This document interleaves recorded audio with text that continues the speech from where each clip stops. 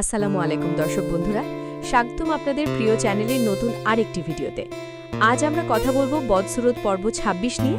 আর বিশ্বাস করুন, এই পর্বটা শুধু একটা এপিসোড না, এটা পুরো গল্পের মোড় ঘুরিয়ে দেওয়ার মতো একটা অধ্যায়।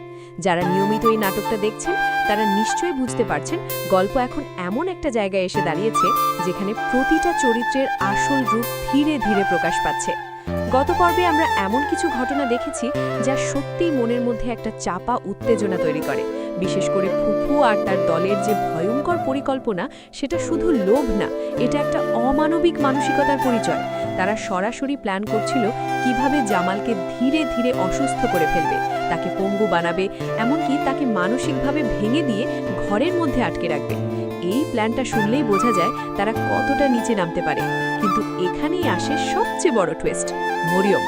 এই চরিত্রটা শুরু থেকে হয়তো অনেকটাই চুপচাপ ছিল, কিন্তু সময় আসার সাথে সাথে সে নিজের বুদ্ধি আর সাহস দিয়ে পুরো খেলাটা ঘুরিয়ে দিয়েছে। সে বুঝে গেছে সামনে কি হচ্ছে, আর সে একদম সঠিক সময়ে পুরো ঘটনাটা ভিডিও করে ফেলে। এই একটা কাজই ভবিষ্যতে এত বড় ভূমিকা রাখবে, যেটা হয়তো এখনো পুরোপুরি আমরা কল্পনাও করতে পারছি না।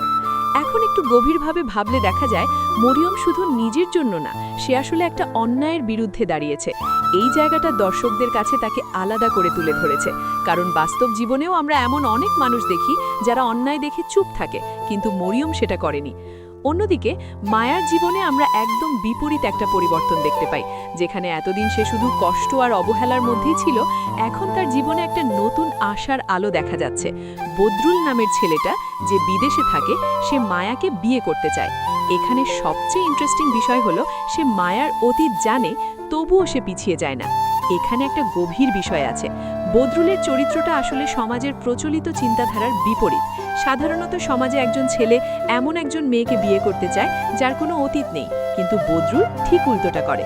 সে একজন এতিম, অসহায় এবং আগে বিবাহিত মেয়েকে বেছে নেয়। এটা শুধু ভালোবাসা না, এটা একটা মানসিকতার পরিচয়। এখন প্রশ্ন হলো, এই ভালোবাসা কি টিকে থাকবে?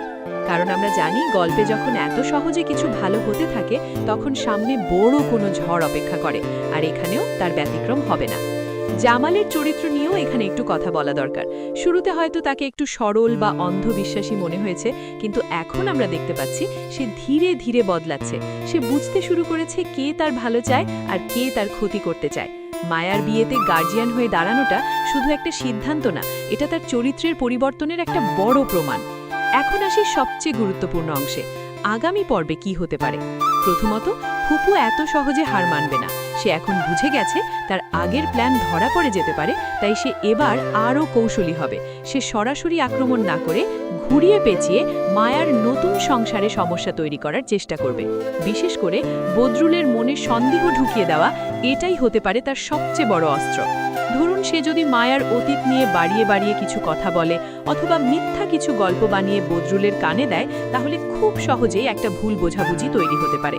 আর একটা সম্পর্ক ভাঙার জন্য ভুল বোঝাবুঝি সবচেয়ে বড় অস্ত্র। এদিকে মায়ার জন্য সময়টা সহজ হবে না। নতুন সংসারে গিয়ে তাকে অনেক কিছু সহ্য করতে হবে। হয়তো বদরুলের পরিবারের কেউ তাকে মেনে নেবে না, কেউ তাকে তুচ্ছ তাচ্ছিল্য করবে। এই সব পরিস্থিতির মধ্যে থেকেও তাকে নিজেকে প্রমাণ করতে হবে। এখানে একটা জিনিস খুব গুরুত্বপূর্ণ, মায়া কি আগের মতোই চুপ থাকবে, নাকি এবার নিজের জন্য দাঁড়াবে? যদি সে শক্ত হয়ে দাঁড়াতে পারে, তাহলে গল্পটা অন্যদিকে যাবে, আর যদি সে চুপ থাকে, তাহলে তার কষ্ট আবারও বাড়বে। এখন আসি মরিয়মের ভিডিওর প্রসঙ্গে। এই ভিডিওটাই পুরো গল্পের সবচেয়ে বড় ট্রাম্প কার্ড। যদি এটা সঠিক সময়ে সঠিক মানুষের হাতে পৌঁছে যায়, তাহলে ফুপুর সব খেলা শেষ। কিন্তু যদি দেরি হয়ে যায়, তাহলে হয়তো অনেক ক্ষতি হয়ে যাবে। এখানে একটা বড় টুইস্ট আসতে পারে। ফুপু যদি কোনোভাবে জানতে পারে যে ভিডিওটা আছে, তাহলে সে সেটা নষ্ট করার চেষ্টা করবে। তখন মরিয়ম নিজেও বিপদের মধ্যে পড়তে পারে। জামাল যদি ভিডিওটা দেখে, তাহলে তার রিয়াকশন কি হবে, এটাও খুব গুরুত্বপূর্ণ। সে হয়তো রাগে ফেটে পড়বে, হয়তো ফুপুকে ঘর থেকে বের করে দেবে, অথবা পুরো পরিবারকে নতুন করে সাজাবে। আরেকটা সম্ভাবনা হচ্ছে জামাল নিজেই সবকিছু নিজের হাতে নিয়ে ব্যবসা আর পরিবার দুটোই সামলানোর চেষ্টা করবে। সবচেয়ে বড় টুইস্ট হতে পারে মায়ার বিয়ের পরের ঘটনা।